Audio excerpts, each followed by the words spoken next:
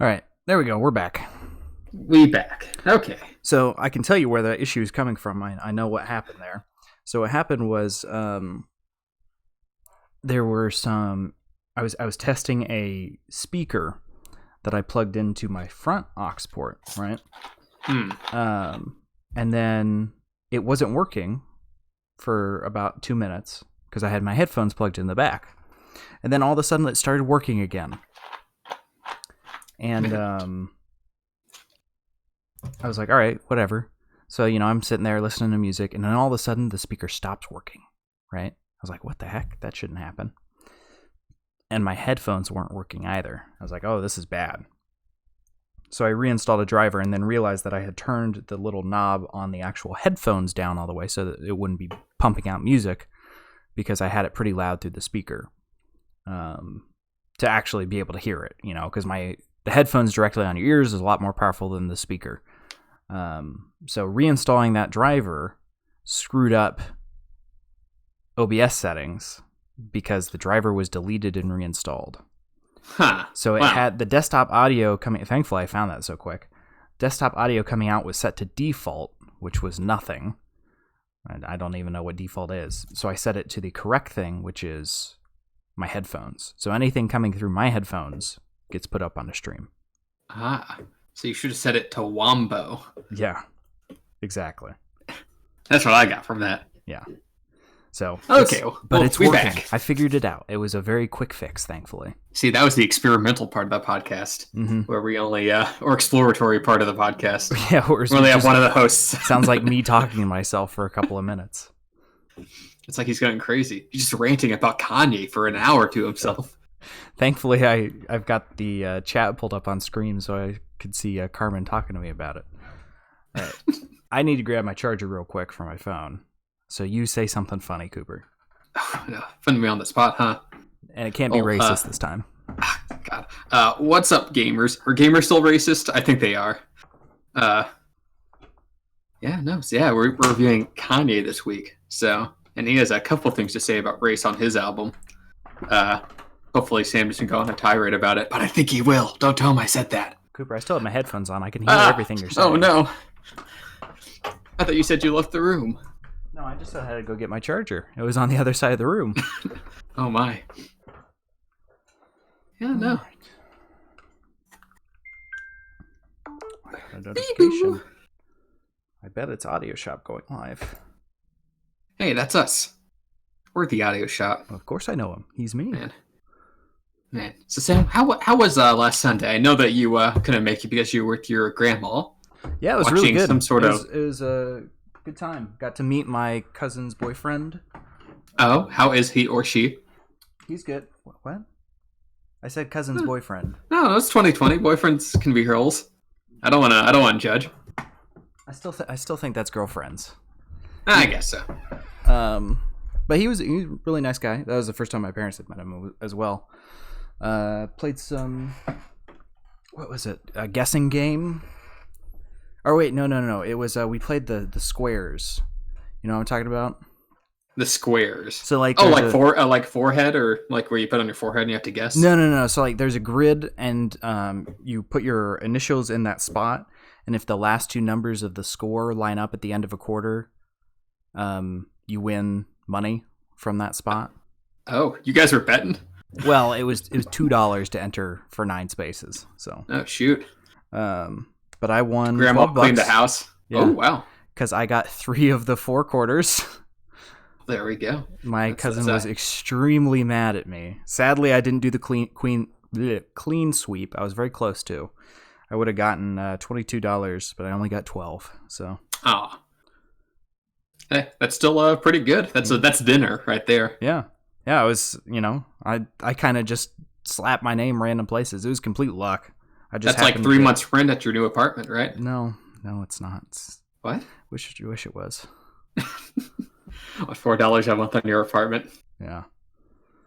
Yeah. Now utilities aren't included. Deal breaker. That'd be pretty good. No, it's not. But I was going to use it to get Jonah, and I had gone out. Oh, that's cute. To the mall, and we went to Disc Replay, and they had a Ethernet converter for Switch. Oh, really? Oh, that's the thing that Jonah has. Yeah, but this one was a Nintendo Smash. name brand one for $10. Wow. $10. And I would have bought it that day we were there because we saw it, and he's like, "Oh, you should get that." And I was like, "Oh yeah, I'll think about it while we finish walking around." But in my head, I was like, "I'll just buy it when we leave." That's probably, that's a pretty good deal. And then we left, and I forgot. And wow. Then I called them, and they didn't have it anymore. So, well, you could probably get it for cheaper. It doesn't need to be name brands. True, but it was there, $10. That's true, and now it's gone. And now it's $10. gone. So I'm cursed to play on Wi-Fi. Oh well. Hey, it worked for me when I played Smash. True. Now I can play online again because you so generously helped us out. I am a merciful God. You are now a part of my family plan. You may play Splatoon 2 to your heart's desire. But I don't have Splatoon 2. Oh, you can buy a copy of Splatoon 2. But I don't want to. Oh, well, then don't. You can play a Splatoon and Smash. Maybe. I'm never very good at that. I can't figure out how to recharge. All right, you want to get on with this? Yeah, let's jump right into it. Oh, I didn't edit the scene before we started, so I'm going to have to quickly do that while you do the intro. Oh. What's up? Oh, no, that intro. Oh, here we go. Oh, yeah, this is still from Breakfast in America with Supertramp. All the technical difficulties made me forget my duties. They say, They say Supertramp is the Kanye of music. I'm going to have to disagree with you there. Yeah, I'm kind of surprised that you gave Kanye his showroom right off the bat, Sam. Typically wait till the end, but there we go. There we go. Yeah, so welcome, shoppies. Welcome back to this week's edition of Audio Shop. Hope you didn't miss us too much last week. But today we'll be talking about the College Dropout by Mr. Kanye West. This is a suggestion by Cooper, obviously. Yes, and that's me. I'd like to point out that when we talked about this after last, 2 episodes ago, well, 1 episode ago, didn't happen last week. You said, well, we listened to Kanye's first album. You're a big fan. I know that. You like your hip hop. I do. But you just said, why don't we listen to the first album? It's like, okay, sounds good. Yeah. You failed to mention that it was 76 minutes in length. Oh, we have 2 weeks to review it. You didn't know that when you recommended it. Well, I didn't remember the exact length. I remembered it at a long-ass song at the very end, but... So you came out of the gate with, I'm not the biggest fan of Kanye. That's true. Mainly due to his trash personality and his controversial everything about personality, please. No. Let's approach this with an open mind. No, I don't think I have to approach this with an open mind. I'll approach the music with an open mind. I think I can call out shit billionaires. Self-made. I don't give a shit if he's self-made. A douchebag's a douchebag, no matter what the checking account says. Hopefully we can gain a little bit of empathy during this episode. This will be a therapeutic episode. Cooper, if I already listened to the album, the last song is him jerking himself off for 12 minutes, and then one of them is just as bad. So we'll get to that. But you're sitting there, you're thinking, yeah, this is this will get him back into it a little bit. It's 76 minutes, but that's only half an hour longer than what we usually listen to. I'd say so. That's over 50% longer than what we usually listen to, Cooper. Well, I got through with my busy work schedule, and so did you. So yes, but I think we're allowed to treat ourselves to a full course meal of an album every now and then. Maybe not as tight. Maybe you didn't trim all the fat, but it's a freshman album. So I mean, if you consider eating gristle out of a back alley dumpster behind a butcher shop a full course meal, more power to you. I think you're letting your opinion kind of color your. We'll get into it. I'll give a little history on the College Dropout. All right, take it away. So, like I said, this is Kanye's first album, Mr. Kanye West himself. Yay, Yeezy, Yeezus. This is I'm sure you're all familiar with Kanye West overall. He's pretty much, I'd say, probably one of the most famous artists of currently of this millennium. He sold over 100 million records, making him one of the best-selling artists of all time. He has 21 Grammys, and this is his first of 9 albums that he's released out throughout his year. His latest was Jesus is King, which was just released this last 2019.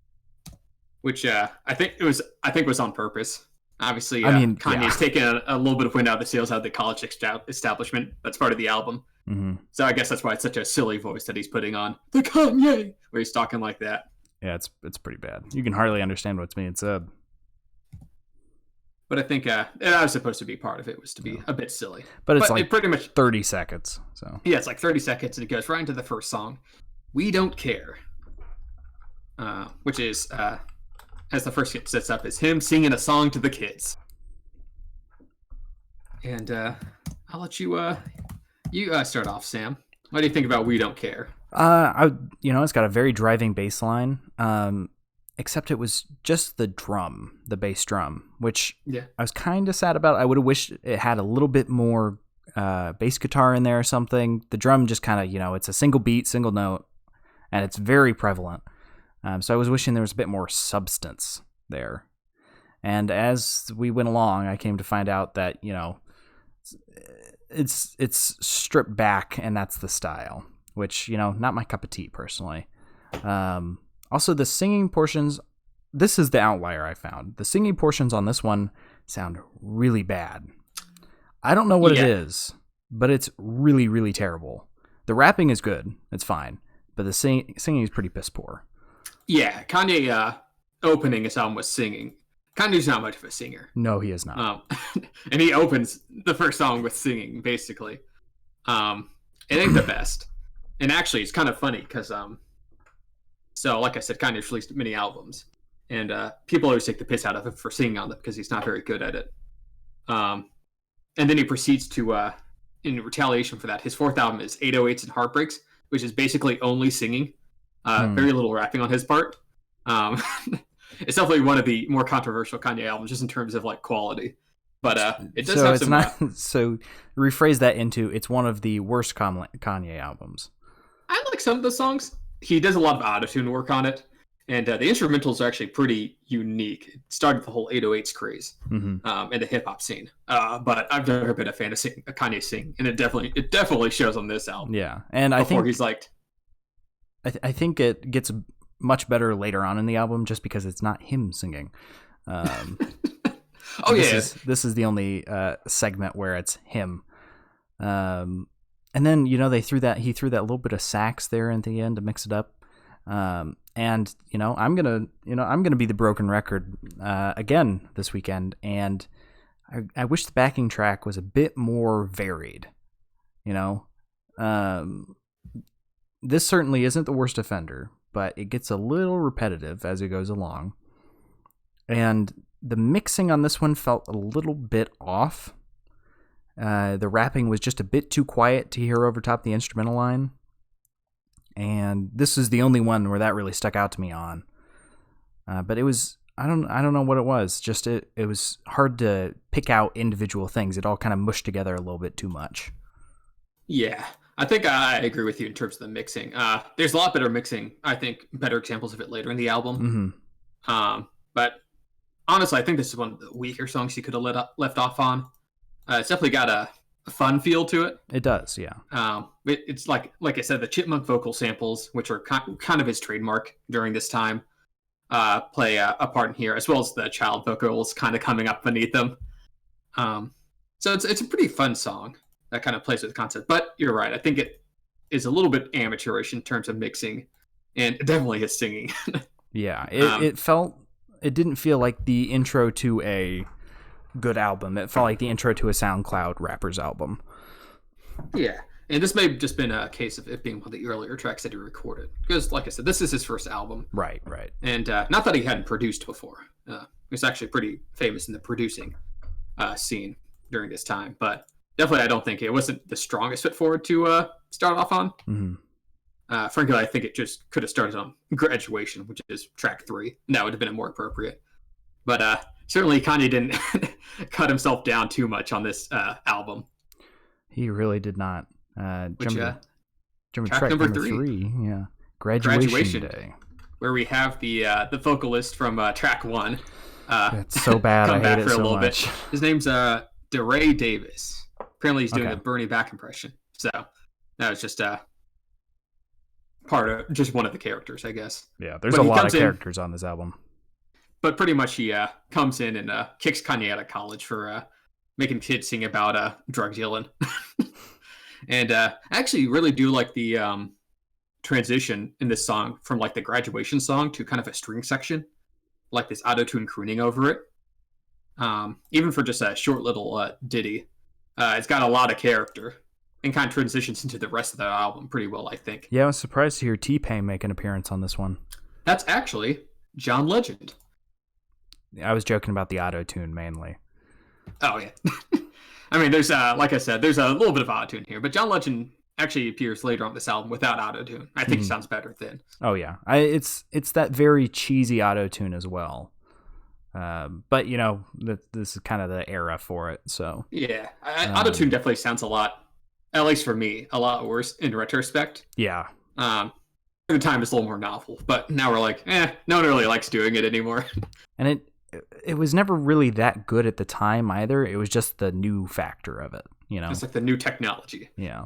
It's like using Siri to call somebody. Yeah, you can, or you can just, click. Yeah, exactly. And then the other thing of this one was I noticed that the word fuck was censored. And this is the explicit version. I was a little confused by that. I was wondering, did you notice that at all? Yes, I think so. I'm not sure why it was censored on this song. I know it's censored on a different song because of like sampling issues. Mm-hmm. So it may have been a case of whoever he got it sampled from asked that he didn't curse over their sample. Okay, that makes more sense. Or maybe John Legend didn't want to say the F word. So yeah, okay. I'm not quite sure the reason. I was a little bit confused by that. That kind of caught me off guard because it was just a blank space. I'm like, I know what he was going to say there, but there's clearly marked as explicit. Yeah. Yeah, so. No, and it gets explicit later, definitely. Yeah. Especially when we get more into Kanye's verses later on in the album. Jump to track 4 then, if you're ready, Coop. Yeah, we can go to track 4, which is All Falls Down, featuring Selena Johnson, who is the female vocalist on this album, or on this track, and she is very good, I might say. She is very good, especially with that acoustic backing. Ooh, that acoustic under the vocals works very well. Mm-hmm. She has a very soulful voice. A lot of emotion carries through, which makes the chorus of this song a treat. I will say she probably carries it because that little bit of changing the way words were pronounced at the beginning of the song to make them rhyme, not a fan of that. We'll get into that, but this is where Kanye's verses really start to pump in, and I think it was an interesting verse overall because basically it's kind of the whole song's about kind of reflecting on consumerism, how you can't like buy happiness or self-esteem, which definitely makes me like some aspects of the album more than some of Kanye's other works because they're a little more reflective in this album than he has been in the recent past. Mm-hmm. Well, you say that now. Reflective in the first half, I'll say. Oh yeah, but he gets braggadocious later. But there's definitely moments here where he's talking about how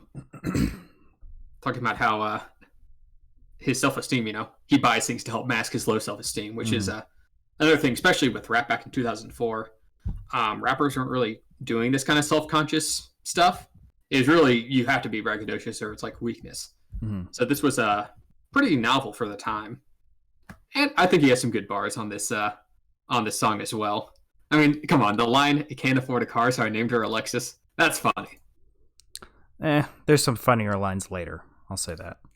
Oh yeah, Kanye definitely. His rap style is definitely a little more not as serious. Yeah. In this album, which I like the kind of loosey goosey feel of it. I will say I was happy that it brought some of that bass line that I was asking for earlier, but still just a bit heavy on that bass drum. I understand that he wants it to blast out of car speakers and make the whole car shake, but just lay off a little bit. It sounds kind of out of place. A lot of that comes from, I think, this is a sampling album, which is pretty common for hip-hop, where the some aspects of the songs are samples from other songs. And I'm not quite sure which this sample is coming from. It sounded like the same drums as in We Don't Care. So it may have been the same drums from that. Or he did the drums.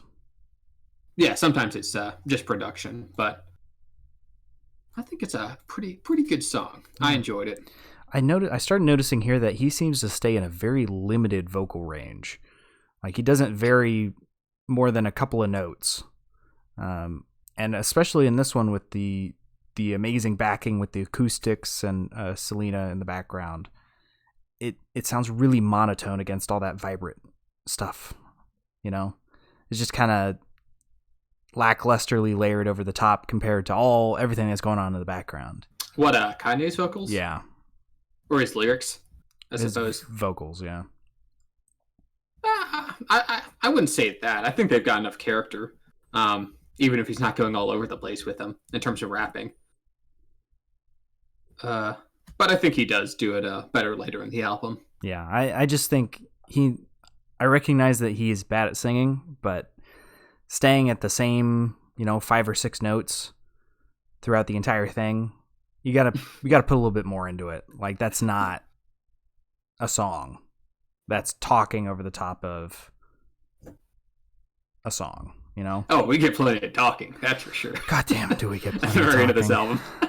Here, let's keep it moving along. And then he does the cardinal sin of putting clapping at the end of your own song. I also you call out all the time. Not gonna. He does it twice on this album, and I don't like it either time. Yeah. I'm not even sure why it's at the end of this album, since it doesn't even make sense thematically within the song. Mm-hmm. So I don't care for that ending. Feel like it's a little bit of a cop out. Yeah. Jump to track number 5 then, if you're ready.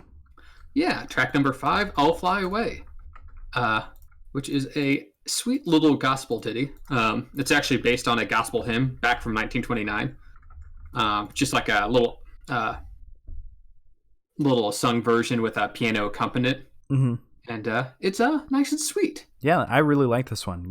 Got some piano and standing bass in there. Sign me up. Yeah, it's only like a minute or two long. Mm-hmm. Yeah, it's barely a minute long. But it's a nice little song that just kind of helps. It's like a little breath mint before the next song. And I will say, for as much as a long album this is, I think Kanye does a good job of breaking it up, the longer tracks. He doesn't at least in this first half. In the first half, it does get a little long near the end, but I think it helps to keep the variety going for a lot of this album. And it's it's got very good singing in contrast to him singing earlier. So I think he just make other singers look better. I'll give him that. Yeah, got a bit of a choir going on in this one. Jump to track number 6 then.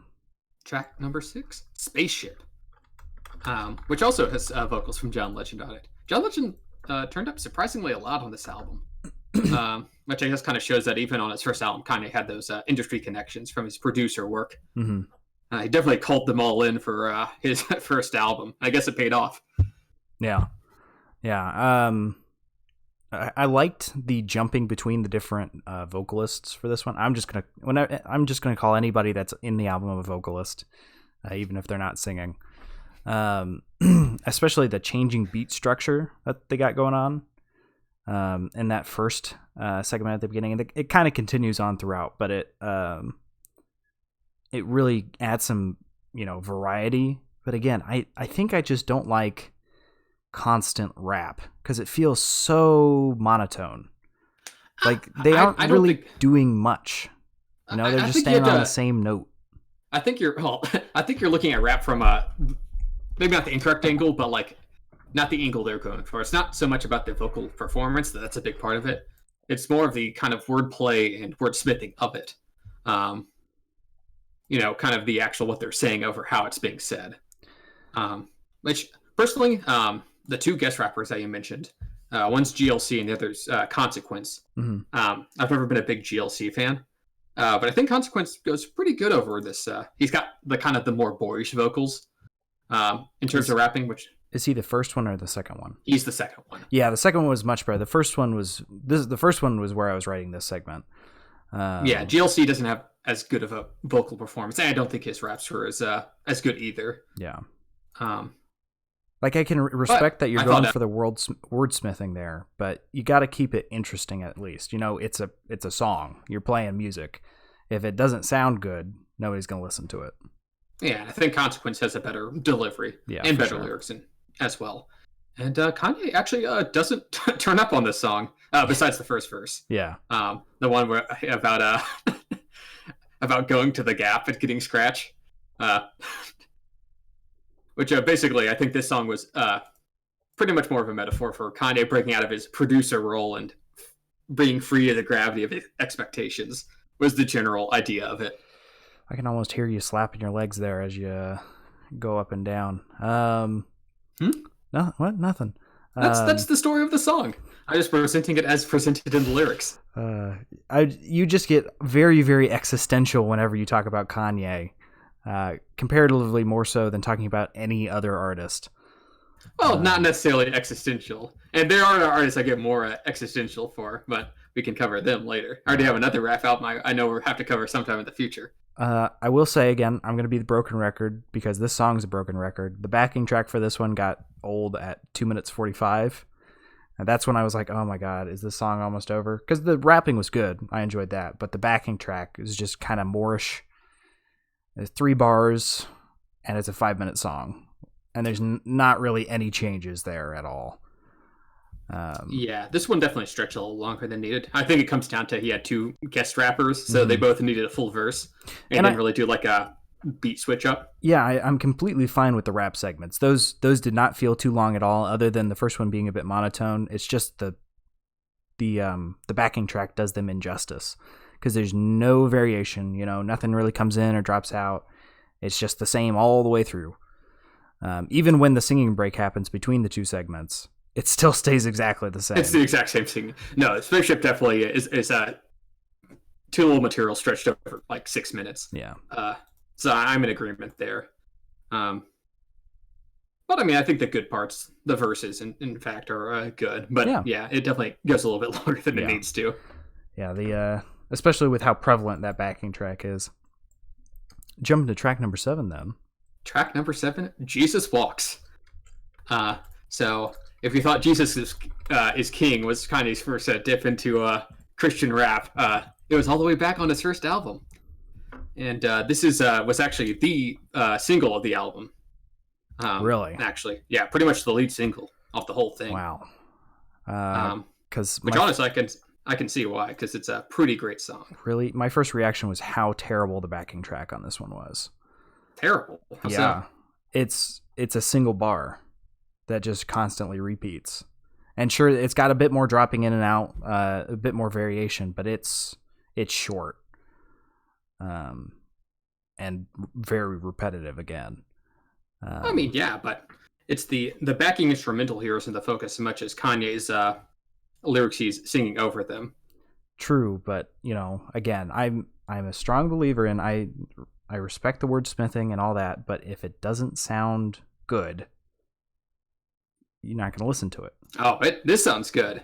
I'm going to have to kind of banging drums beneath it with the female vocals kind of jumping every now and then, as well as other almost like choir male vocals jumping in. Jesus walks with them. Come in as well. The vocals are great and all that, but it's just there's not enough, It needs a little bit more meat. It's a bit too thin, Please, sir, have some more. It's a 3-minute song. True. It doesn't. I don't think it overstays welcome at all. Oh, I agree with that. It doesn't overstay. I just wish it feels kind of bare bones. That's what I'm saying.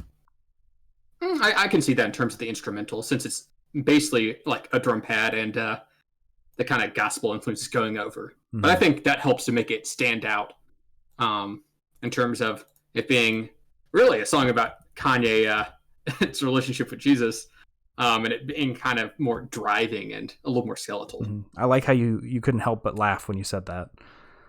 Laugh what? Kanye's relationship with Jesus. I will say this song tricked me. I feel like this Kanye would be disappointed in current Kanye, or it's been an act this whole time, and he tricked me. He did trick me because later on it's just an act the whole time. I don't know what you're talking about. You know exactly. I definitely not about old Kanye, new Kanye. That I can definitely see. In fact, you're not the first person to make that observation. In fact, Kanye's made a track called "Old Kanye" talking about that, though it's not as self-aware as this album typically is. But I don't think the back half of the album somehow goes against the front half. I'll get back to you on that in a couple of songs. We'll talk about that later. But there we can jump on to the next track if you're ready, Sam. Yeah, sure. Track number 8, Never Let Me Down, featuring Jay-Z and Jay Ivy. So, what do you think about this track, Sam? It was good. I was trying to figure out, because I've seen pictures of Jay-Z. I might actually, I think I might be thinking of the wrong person. Let me double check here so I don't make a fool of myself. Yeah, no, I had an idea in my head what he sounded like, and one of the people came in. I was like, okay, that's probably Jay-Z. And then later on, one of the other guys said something else. I was like, oh wait, maybe that's Jay-Z. So that was kind of, I was just trying to figure out which one was which throughout the song. But it was really good. Again, auto-tuning on the opening rap lines. It sounded like auto-tuning, I will say. It kind of sounded tinny. Did you pick up on that? Tinny. Describe tinny. Like it was, in a can. It just sounded off compared to the other vocals. It sounded like there was some tweaking done to it. Do you mean the female? Put my finger on. No. It was male vocals. Oh, you mean Jay-Z's? I did notice that too, actually, where it's not like auto-tune, but like it's almost like processed. Mm-hmm. There was something going on there. But they're only on Jay-Z's vocals. Yeah. So maybe it was the way it was recorded, or it was like recorded on different equipment. I definitely noticed it. So you're not going crazy. Yeah, I would, because I was like, has it sounded like this the whole time? And then the other vocalists come in. I'm like, okay, there's something just with that one. Again, backing. This one was good for 3.5 minutes. Overstayed its welcome again. I think if you expect the instrumentals to be going all over the place, they will get repetitive in terms of a lot of hip hop albums will have instrumentals that'll loop a lot. I don't expect it to go all over the place. I expect it to be more than 4 bars over the course of 5 minutes. Well, your expectations are different than early 2000s. My expectations are too high? Not high. Well, maybe high. But I think you're focusing more on the instrumental than maybe necessarily the lyrics going into this. Fair enough. I would say, yeah. I do like the Jay-Z's verse on this.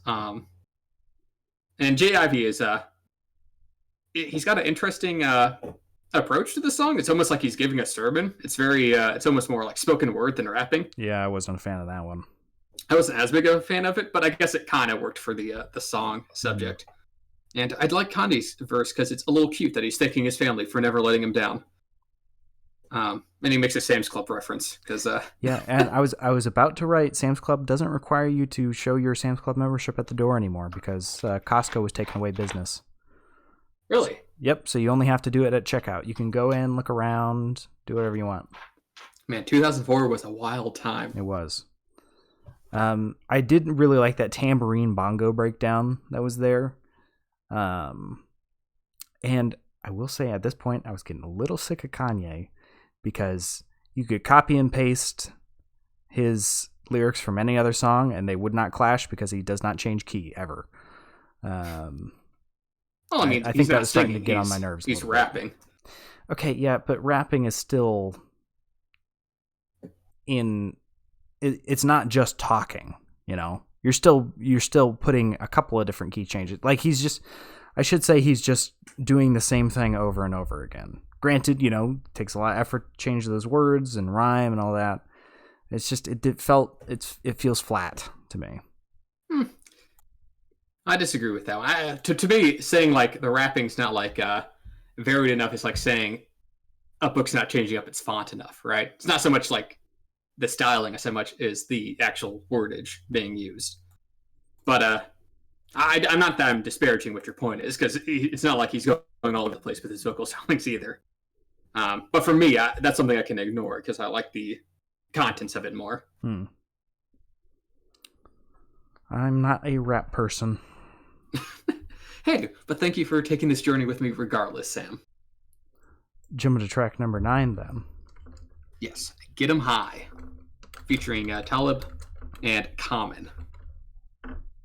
Who this is the weed anthem that I guess Kanye felt he needed to put on his album, which I guess was a little more taboo back in 2004 than it would be in 2020. Mm-hmm. Yeah, way more so. And I will say that the style choice right at the beginning, where the backing drops out for those first lines, is really nice. Draws some good attention, some good variation that hasn't really been present up till this point. And overall, there was some really good effects in this. There was the phone rapping, where it sounded like he was talking through a phone. Not a fan of it switching from ear to ear, but it lasted like 30 seconds, so I'll give it a pass. It was I appreciated the effect, especially since it was, fitting in with the story. Yeah, and I'm not the biggest fan of this song in particular. I mean, I think Talib and Common both have pretty okay verses. Though Common may win the cheesiest line for this album with "Real rappers are harder to find than the remote," which made me roll my eyes a bit. I'm like, okay. Maybe if that was on like one of the lighter songs or one of the more wholesome songs, but this one's like supposed to be a little more hardcore, so it's like, all right, Common. Yeah, some of the lines in this are pretty. There's some cornball lines. Yeah. But I like the use of high synth on this one, the kind of repeating synth bass beat. I'm gonna be. It got on my nerves by the end of it again, I'll say. All you got to do is throw some extra, build as you go, anything other than the same thing for 4 minutes straight. Yeah, the instrumentals aren't very varied. They definitely have strong foundations, I feel. Mm-hmm. Yeah, but not exactly. They don't really switch it up a lot. Yeah, it usually is a good 3 or 4 minutes into the song before I get sick of them. So they're very good. It's just they got to do something. Like, I understand that you keep saying it's all about what's being said, but music is music. Music is music, and that's an Audio Shop guarantee. Audio Shop guarantee. Music is Let's music. just replace our about us with that. Music is music. Nowadays, people say music aren't music, but music is music. Jump into track 10 then, if you're ready. Yes, track 10, which is basically track 10 and track 11. Which is the workout plan skit and the new workout plan. This skit is pretty bad. In terms of? Delivery, wording, everything. There's maracas in the foreground for some reason. Not even in the background. They're foreground maracas, not background maracas. Yeah, the skit's basically just part of the next song, which is the new workout plan. Jump into track 11 then. I mean, yeah, they're basically the same thing, where it's a lead into which the workout plan has a skit right in the middle of it too. So, well, I wouldn't call that a skit. I called those Yelp reviews. Which I actually really dig this track because I think it's pretty hilarious. And would you care to remind me what track number 7 was all about again, Cooper? What, track number 7? Uh-huh. What was the that Jesus one? Walks. And then this one is what's this one about? This one, I do have an answer, Sam. This one is satirical, obviously. Oh, is it? Okay. See, yeah, I was worried he was talking all about getting laid and all that jazz. Just when the whole point of the song is kind of lampooning the idea that women have to make themselves attractive to get a man, or that the whole point of getting attractive is simply just to get a score, get someone rich to marry you. Mm-hmm. I did not pick up on any satire in this.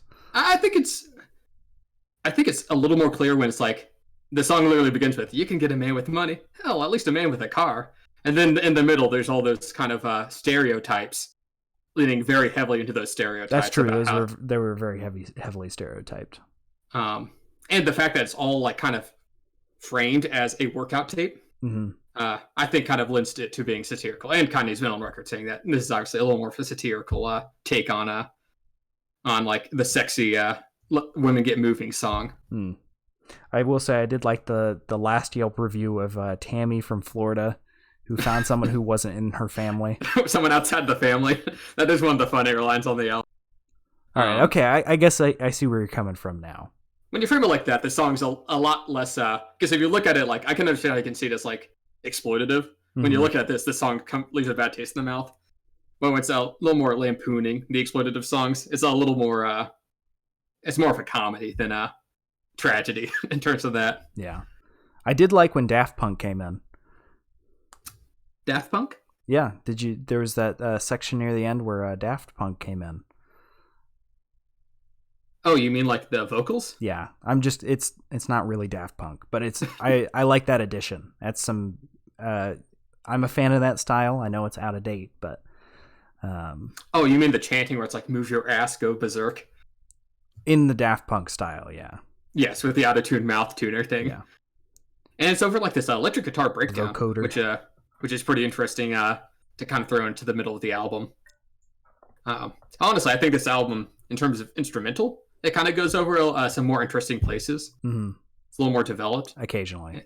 I mean, obviously, it has the same kind of repeating middle part. Mm-hmm. But I think it has some of Kanye's more hilarious lines on the entire album. And he has a more energetic, tongue-in-cheek delivery to it as well. Yeah, there were several very good lines in this. And I know I should have, but I love the way he says harsh. Where he's like, harsh. It's like with a lot of emphasis on the SH. I think the song is, if you approach it with it being kind of lampooning it, being a little more funny, it's kind of infectious. That's going a bit far, I think. But well, I think maybe I'm coloring the song more so in my flavor because this has been on my workout list for a long time. Oh, of course. So every time I get to it, whenever I'm working out, I just giggle to myself. Yeah. I definitely did not take it as satirical when I heard that the first time. I missed it's a little bit subtle. It's hard to tell because it's Kanye. Yeah, Kanye usually doesn't do subtlety, which is why the song's maybe a little surprising on your first listen. But I think if you listen to it again with that, it's all about him. Yes, and the song kind of has it, but it's also kind of reframed into being something that's a little bit mocking of it more and of itself. Mm-hmm. I mean, just say the words "I came" a lot. Yeah. Which maybe not exactly as subtle as it could be, but no. Personally, I really like this song. Jump into track number 12, then. Yes, track number 12, Slow Jams, featuring Twista and Jamie Foxx. And yes, the actor Jamie Foxx, who is also a singer and rapper. Yeah, this one had a very strong start, ignoring the story intro, because I don't count that as part of the song. The female vocal lines are amazing again, even better than before, I'd say. And it leads into a really good duet. And then Kanye starts trying to sing again, but thankfully he stops very quickly. That Michael Jackson line was really good, though. However, I'm gonna give him a mark because he rhymed the same words with themselves. Yes, he does do that a couple of times on this album. I think he's definitely had this album's got some good rhymes. I definitely don't think they're his strongest out of his entire discography, especially since this is like the first album where he really became like a rapper instead of just producing the instrumentals. Yeah, and what are those lines exactly, Cooper, so the audience can know? I don't remember them off the top of my head. I'm sure you do. Yes, the Michael Jackson line is, she got a light-skinned friend that looked like Michael Jackson. She's got a dark-skinned friend that looks like Michael Jackson. Which is obviously a play on Michael Jackson, his skin kind of changing color near the end of his life from all the plastic surgeries, or was it a skin condition? Didn't he have that skin condition that changes its color? Something? I thought it started with Vertigo? Or, yeah, but I think he had that. Yeah. But that was kind of a play on that. But yeah, I definitely agree with you on Kanye singing. I think as much as like we were talking about it on We Don't Care, track number 2, I think it stands out a little bit more on this album because, first off, it's next to Jamie Foxx, who has a pretty great singing voice. Yeah. And this is also kind of a 90s R&B throwback slow jam. I mean, literally, like you said at the start of the album, the little skit's like, every album's got to have a song for the ladies, and then they go into a slow jam. But Kanye does not have buttery smooth vocals. No, he does not. His vocals are rough and ragged. And do Mashed not fit potatoes straight from the box. Exactly. They do not fit the genre shift they're going for in this song. Thankfully, he doesn't stick around long for it, though. I did really enjoy the faster rap segment, as everyone else on this album so far has done the exact same BPM, pretty much. Yeah, that's a Twista, who's kind of famous for his fast rapping. And also I'm not sure if you got this, but the fact that this one's like almost kind of a joke in and of itself is the fact that they have the fastest rapper on the album playing on a song called Slow Jam. Very clever. Very clever. That's called a twist of expectation, Sam. Oh, what a twist. What a twist. What a twister. Track number 13. Breathe In, Breathe Out by featuring Ludacris, the one and only. And this song is not my favorite. Yeah, this one's pretty bad. It might be one of my least favorite on the album. Yeah, I was I wasn't digging anything too far, especially after Slow Jams, which was pretty dang good in my opinion. And then coming into this, I didn't really have much to say. It had a really first defined chorus on the album that I noticed, and they went with that as the chorus. It's not, to fill in the listeners, it's not a good chorus. It's just basically saying breathe in, breathe out. Breathe in, breathe out. It is the song. It's yeah, basically this song is, if you like Ludacris, you might like this. Because he's featured very heavily on this song with this kind of brassy boom back bassing beat, with pretty spare percussion, like a little bit of a plucking electric guitar. And I mean, the song's got personality because Luda's pretty large. Mm-hmm. But I've never been a fan of his delivery, and the song's basically just him. Yeah, it's something. Not good, but it's something. Though I do kind of like the PhD line. Despite my better judgment. Though I don't like the whole where they actually like breathe like in and out. Yeah, that's over really the track. bad. It's kind of annoying. Imagine somebody sticking their mouth in your ear and taking a gasping breath inwards. Very moist, hot breaths. I mean, I get it. The song's called Breathe In, Breathe Out. It's like, okay, you didn't need to do that so many times. We got the message. They did it a lot. Yeah. So I guess if you like Ludacris, you might like this song, but I don't care for him. Track number 14 then, which is getting into the very skit-heavy segment. This is a skit-heavy segment. School Spirit, which... parentheses, skit number 1. Did he say it was a hall monitor in college? Yes. How long was Kanye in college? I think a couple semesters before he dropped out. Okay. But I think that's part... These skits, basically 3 of the next 4 tracks are skits. And they're obviously very tongue-in-cheek, very, they're going for the comedic vibe. I mean, Kanye, clearly, based on this album, doesn't think very highly of the college education system, which I can imagine for someone who wants to go into music, is understandable. Especially music that's more hip-hop oriented and not like classical. Mm-hmm. He obviously doesn't think college facilitates what he wants to do, and he'd be right. Yeah. But he really takes the piss out of college in these next 3 tracks. He does. Pretty, I will almost say, to the point of overkill. The only good line of this one was the change line at the very end. I mean, I do like the line where he's like, I never had sex. I was a hall monitor. That's pretty good, too. But the last one was like, girl asked me if I know what sexy was. I say no, but I can count the change in your pocket, so I've got that. Count the change in your pocket really quick. And this is the last time we see this character. He appears on the skit number 2, which comes after track 15, which is School Spirit. And this is the one I was mentioning earlier, Sam, where this is based on a sample from Aretha Franklin from a song called Spirit in the Dark. Okay. And Aretha specifically told Kanye that he can use the sample as long as he doesn't use profanity over it. That's why it was the reversing. Okay. Yes, that's why it's kind of like reversed and like played with. I actually like the reverse segments, so. Yeah, that's a little interesting to it. Mm-hmm. And, it's obviously respecting Aretha Franklin's wishes. Right. And what was with all the steps? I didn't understand that. What do you mean? You mean like the struts and steps? Yeah. So that's actually got an interesting backstory to it. So of course, Kanye went to Chicago University, I think, or the public university in Chicago, and basically the steps, the alpha step, omega step, kappa step, those are and AKA and delta and so on. Those are the there's something called the National Pampelic Council, or the Divine Nine. Basically, they're like a group of 9 sororities and fraternities throughout the country that are very African American oriented. Okay. So he's kind of quoting them within the song. So kind of the African American sorority scene and fraternity scene.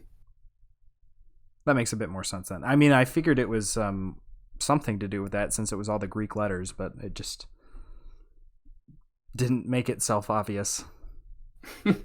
Yeah, no, you need a little bit of background on Chicago State University to get the flow, which I'm not sure everyone's up to speed with. Yeah. Though, Sam, you can't just spend 9 minutes of a song explaining the backstory to the song. All right, let's get on to track number 16, and we'll cross that bridge when we get to it. I will say that I do like the vibe of this song. It's a little more laid back thanks to the Aretha Franklin sample that was used. Mm-hmm. And it's a nice ditty. Not my favorite on the album, but I think it's the kind of laid back doo-wop version it has going is a nice makes for a nice foundation for Kanye to rap over. Mm. Track number 16 then. Yes. Which is the second School Spirit skit. School Spirit skit 2. Ooh, this one did not feel necessary. Yeah, definitely. I'm not sure why they had 2 School Spirit sketches or skits. And this is something that the College Dropout is basically a trilogy. Kanye's next album's called Late Registration, and then the third one's called Graduation. So they all kind of college themed. Mm-hmm. And I think they have better sketches that don't overstay their welcome as much as this album does. Especially since this is just the same thing as the first skit. Yeah, it's basically the same message. Of I mean, I do like some of the lines in it. The whole because when I die, you know, it's gonna keep me right warm. All those degrees. Which obviously, but it's a little repetitive, or it's a little unnecessary given the first School Spirit skit. Yeah, and I feel like the first one did it better. Yeah. Jump into track number 17 then. Another skit. Lil Jimmy, which is the son of the guy who appeared on the first 2 skits, talking about how his dad died and left him all his degrees. So what I got from this one is that Kanye doesn't like people that know more than him and is trying to insult them. I took it more, and maybe this is me coloring Kanye a little more positively than he deserves, but I took it more as someone who thinks that having degrees makes you smarter than other people, which is, you know, obviously true in like your fields, but obviously little Jimmy and his dad have like this air of superiority because they went to college, they are better than people.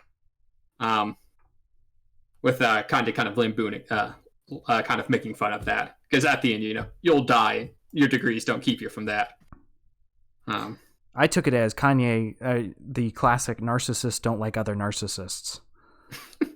And maybe that's a part of it, but I think I'm taking a little more in a positive light. Which I think is a bit too generous of you. These people are caricatures. Yeah. Track number 18. His mom actually was a doctor. So I don't think and he obviously cares a lot for his mom, which we see later in the album.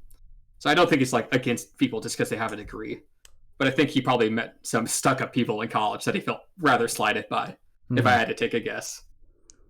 Well, there's a complete possibility to be a hypocrite as well. So I wouldn't write him off of that because he certainly has proved that that's the case. He wasn't a hypocrite 18. When he wrote this one. That's fair, but I am looking at it through the lens of time. The lens of time, in retrospect. Yeah, it definitely ages a little worse. Yeah. Track number 18. Yes. 2 words. 2 words. Featuring Mos Def, Freeway, and the Boys Choir of Harlem. Which was a very nice addition. Yes, they are a good choir. They are a very good choir. Kanye has a lot of good singing on an album he doesn't sing very well on. Yeah. The choir brings some much needed depth. I up until this point I didn't notice how 2D everything felt until they came in. I'm like, wow, okay, this is way better than what's been happening. I definitely really appreciate their inclusion on this, especially with the strings thrown in there as well. Like this is the perfect example of a song that builds properly. Like, yeah, sure, it's still got all the rapping, but it actually has things going on. Yeah, I think instrumental-wise, this is a very interesting song. It's got kind of like these dark violins playing underneath it with these piano chords playing, and of course the boys' choir singing over it. And I'm not sure if you noticed. I actually didn't notice the first time I listened to this song. It's called Two Words because if you notice, Most Def and Freeway, the two guest rappers, actually sing in two word phrases. I did not notice that. Yeah, they're just saying 2 words: United States, no love, no breaks, lowbrow, high stakes. Where it's just like little snippets throughout the entire song, which I think is a pretty interesting lyrical challenge. You probably may have not noticed because Kanye actually doesn't do it for the song. Yeah, that was, and they're a bit longer than they are. Yeah, his is kind of the main brunt of it. But I did dig the song and had a good variety to the song structure, I think. Yeah, it's a nice breath of fresh air as we get into the very heavy last 3 songs that are quite long. Yes. And track number 19. Track number 19, Through the Wire. So this one requires a little bit of backstory, as do a couple of Kanye songs. So, Sam, I'm not sure if you noticed that Kanye's delivery on this song was a little different than everywhere else on the album. Yeah, because he was talking through gritted teeth because he had his mouth wired shut, supposedly. Yes, because he was actually right before the song was recorded, he was in a car crash. He fell asleep at the wheel after working late one night, and I think he crashed into a tree. Jesus! And they had to wire his mouth shut. Oh, so his mouth is actually wired shut. His mouth is literally wired shut, like medically. Okay. And the doctors came in and said, this might affect your ability to speak, which is pretty bad when you want to be a rapper. So this is him singing over a sample of Through the Fire. Get it? Through the Fire, Through the Wire. Just kind of chipmunk vocal wise, and him kind of talking about him trying to overcome this obstacle. See, he actually does it so well, I thought he was just putting on an act. No, this one is actually him singing through a wired mouth. It just sounded like he was trying to hold his jaw still while speaking, so props to him. Yeah, which I think that gives the song a lot of interesting character. It's actually a pretty upbeat song. It tries to be inspirational, which I think it achieves. And I think the fact that it's grounded, like Kanye actually overcoming a physical disability to sing for the song, kind of really leans into that. The backing on this one's very solid as well. It almost could be a vaporwave kind of track on its own. Yeah, which is actually something good. Is like I said, Kanye's kind of chipmunk vocals samples were kind of help lead the wave in those kind of more instrumental stylings. This song was a bit of a trendsetter, Sam. And it's official. Kanye does endorse seatbelts on the song. I mean, I would certainly hope so. And I like that the song, even though, Kanye could be very angry at the world for, crashing his own car, he kind of takes it in stride. There's like a silly line about him being worried that he won't be able to get in airplanes because there's metal in his chin. So he kind of takes it he takes it pretty lightly. He kind of has fun with it. Which is good because it was, don't want to say his fault that he crashed, but don't drive tired. It's not good. Yeah, obviously I think he learned his lesson here. Wasn't it there that Mythbusters episode where they tested driving drunk and driving tired, and they're basically the same? Yeah, they're pretty much equivalent. Yeah, pull to the side of the road if you can. Yeah. Jumping to track number 20 then. Family Business. Family Business. Kind of continuing the more, wholesome feeling from Through the Wire. It goes to Family Business, where it's a song a little bit about Kanye's family. Living life a quarter at a time, as Vin Diesel would say. Yeah, the vocal sampling on this one, I was not a fan. Like Kanye's vocals? Not Kanye's, the samples. It feels really corny. And I don't know, it just feels off compared to everything else. But the song portion on this one, again, amazing. But yeah, I don't know. It's just those spoken samples were pretty bad. Like in Kanye spoken samples. No. Like the gold lines and. Oh, the all that glitters is gold. All that glitters is not gold. Yeah. Is not gold. But Yeah, it sounds like almost like an old timey like radio effect is on it. So I'm not sure if he got that from. I'm not sure where he got those samples. they're just kind of rough and they feel not fully integrated into the mix. I do agree that they probably could have. You could have removed them, and it wouldn't have been any detriment to the song. Yeah. But I think the singing's good with the male vocals. And Kanye, this one's definitely. There's some silly lines on this song too. Kanye hoping his cousins don't tell people that he used to pee the bed. I think it's going for the like kind of wholesome family vibe. Mm-hmm. It's There's also some got some heavy lines for a toddler at the end of this. somewhat. Heavy lines for a toddler. Which ones do you mean? I wish mommy and daddy would stop fighting. Oh yeah. Let's get cousin something out of jail. I mean, those are real. His parents did divorce, and I think his cousin was in jail. So I think that was coming from a real place. I agree, but just imagine getting a toddler to here's your lines. Say this into this microphone here.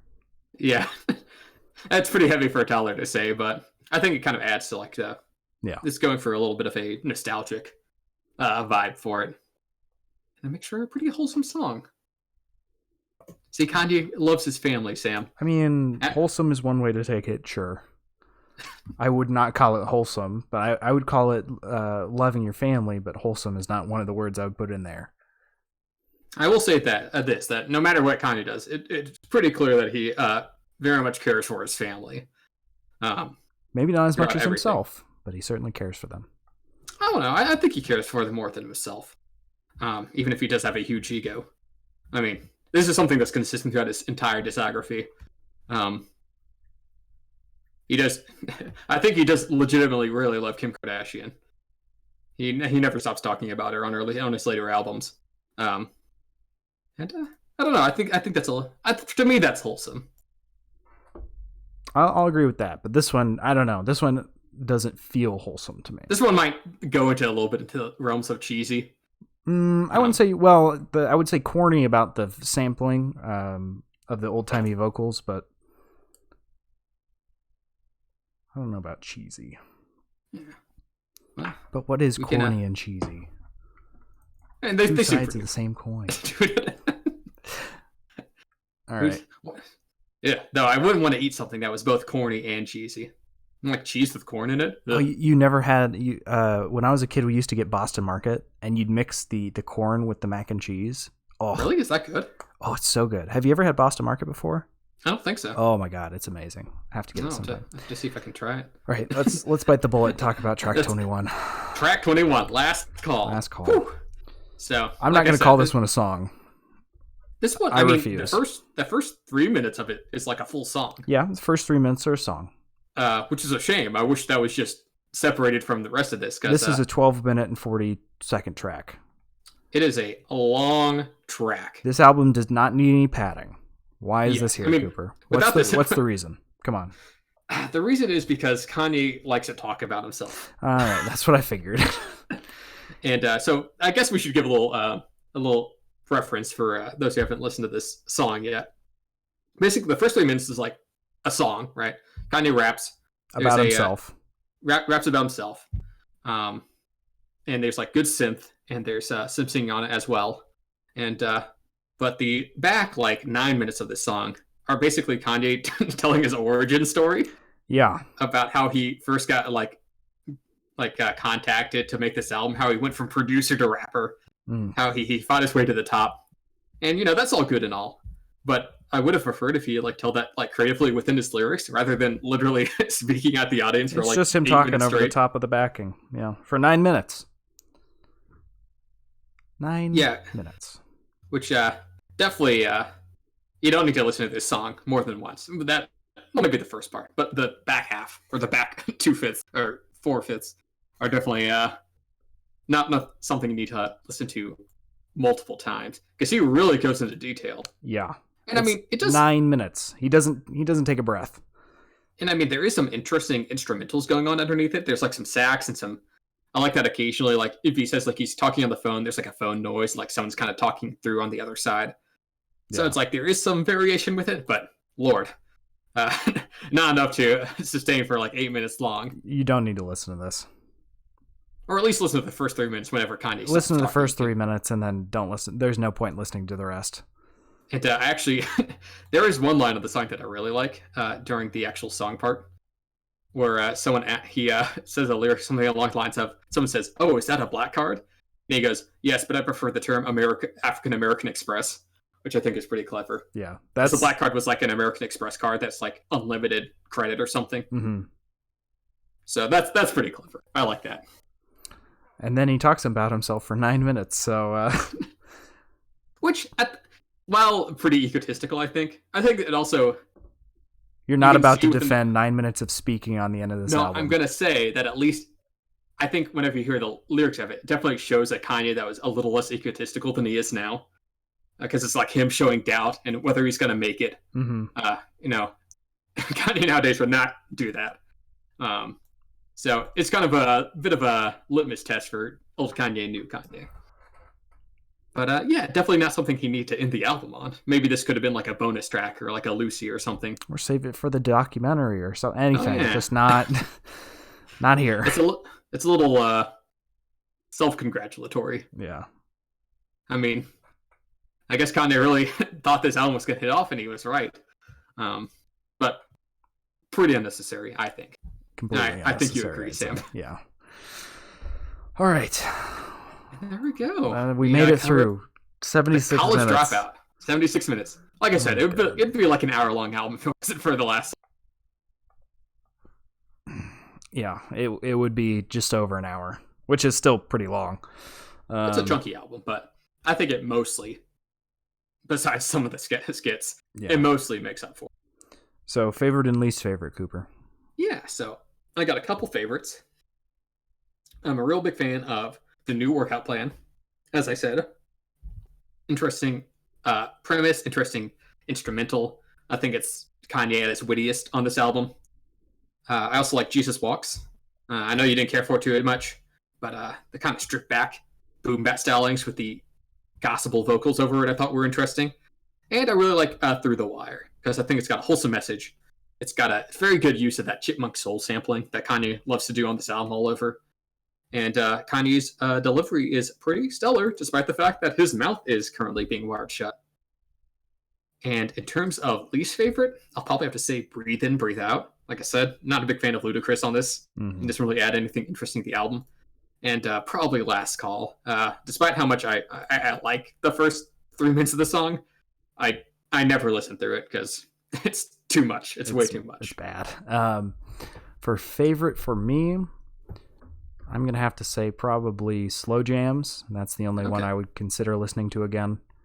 For least favorite, Breathe In, Breathe Out, and Last Call for me as well. However, I'm going to tack on a third one, We Don't Care. I was not really a fan of that one. Yeah, I don't think it was the strongest start to the album overall. Pretty poor start to an album.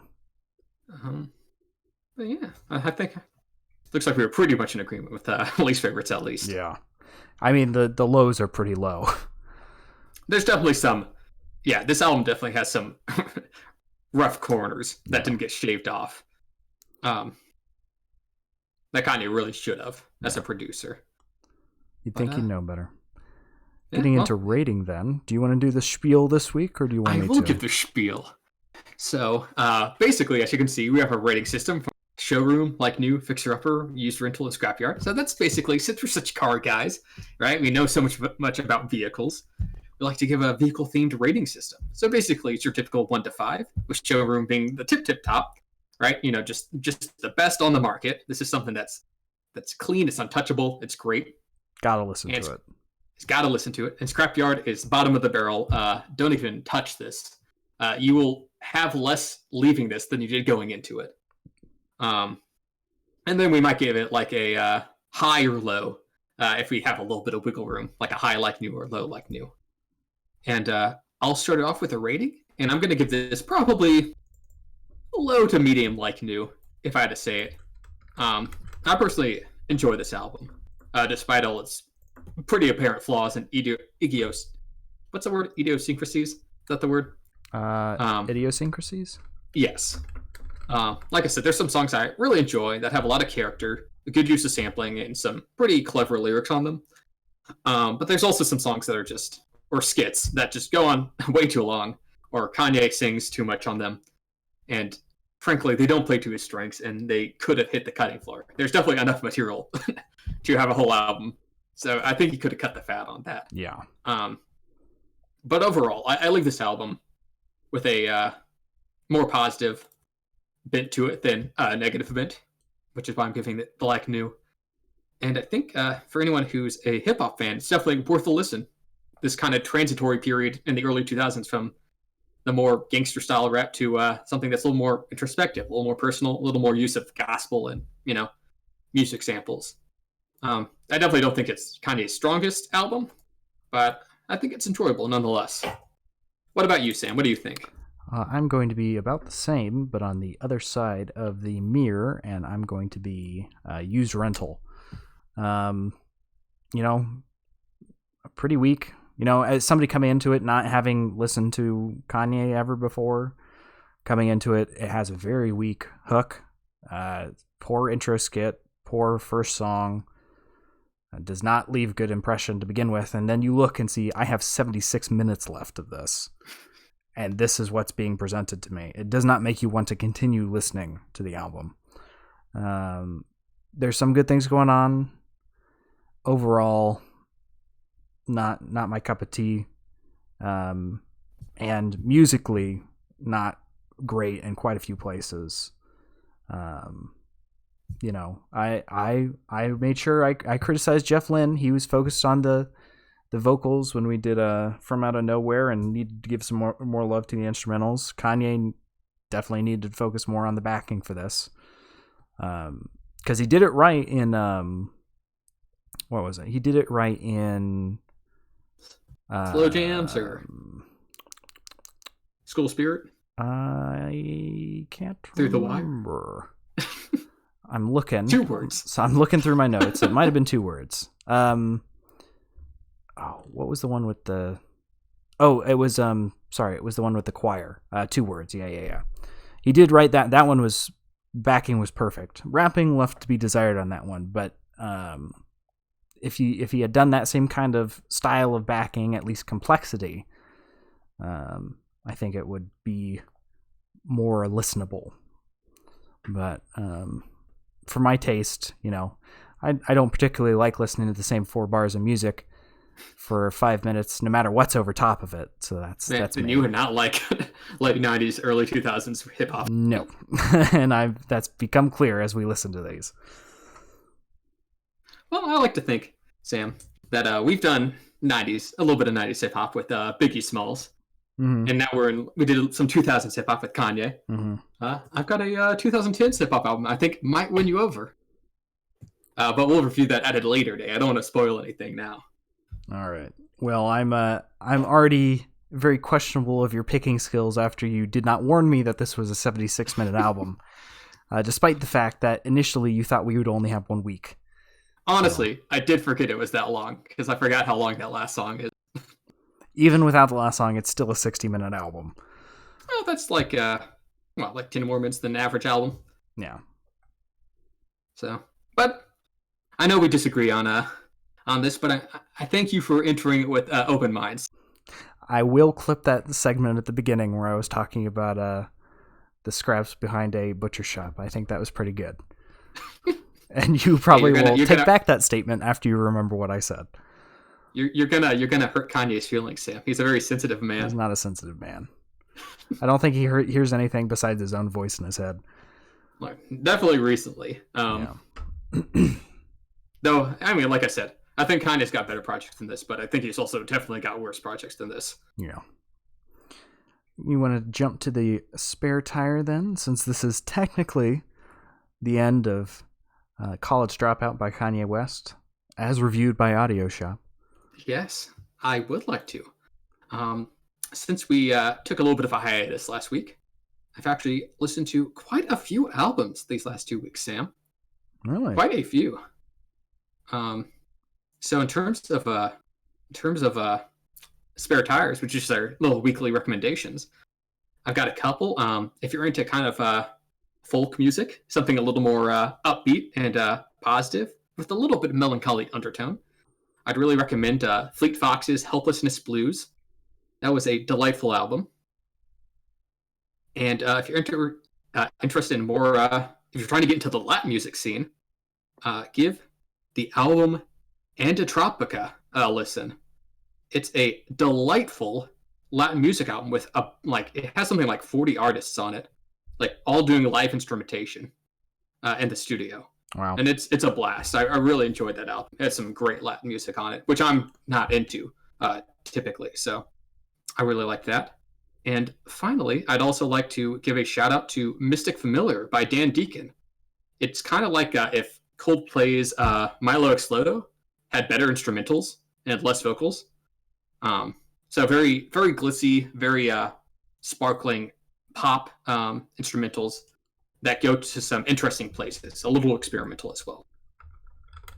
So, yeah, give those listens. What about you, Sam? You got anything? I've really not listened to a lot of music in the past 2 weeks, but I did while I was doing the Super Bowl thing, which is why I wasn't here last week. I played quite a bit of Switch in the car, and I played quite a bit of Super Mario Odyssey, and I highly recommend that soundtrack. It is very good. That does have a pretty banging soundtrack. Especially New Donk City Daytime. That's really good. I used to do a lot of homework while listening to that. It's got some jam and sax. But yeah, I mean, I've being kind of just sat at my desk all day. I tend to watch things as opposed to listen. But once I'm driving half or an hour a day to work and back, I'll have music. Plenty of spare tires, because that is quite a bit of time. Although not enough time to listen to this album in its entirety. Which, oh boy! I mean, if you skip the last song, maybe a couple of the skits, you might be able to squeeze it in. Yeah, exactly. Oh, and I did forget to mention. Wow, I keep a list of the albums I listen to on Spotify. I actually did listen to a couple albums. If you're also into something that's horribly depressing and makes you feel like you want to die, listen to Tim Hecker's album Virgins. It's I was told it was an ambient album going into it, so I was going to use it for studying. It feels like the heat death of the universe. Jesus. It's there's no vocals, but it's extremely sad album. I want to check this out now. You piqued my interest. It's interesting. I'm not sure if I can listen through it again the whole way, or at least all at once. But it's kind of like you ever watch the movie The Time Machine, Sam? No. Well, okay, there's a scene where he goes to the time machine, and it forms a bubble around the time machine, mm-hmm. and when it travels through time, it goes really fast. And at one point, he accidentally sticks his hand outside the bubble, and his hand starts aging super fast before he pulls it back in. That's kind of what this album feels like. It's like instruments aging in real time. Like I'm watching the world die. Wow.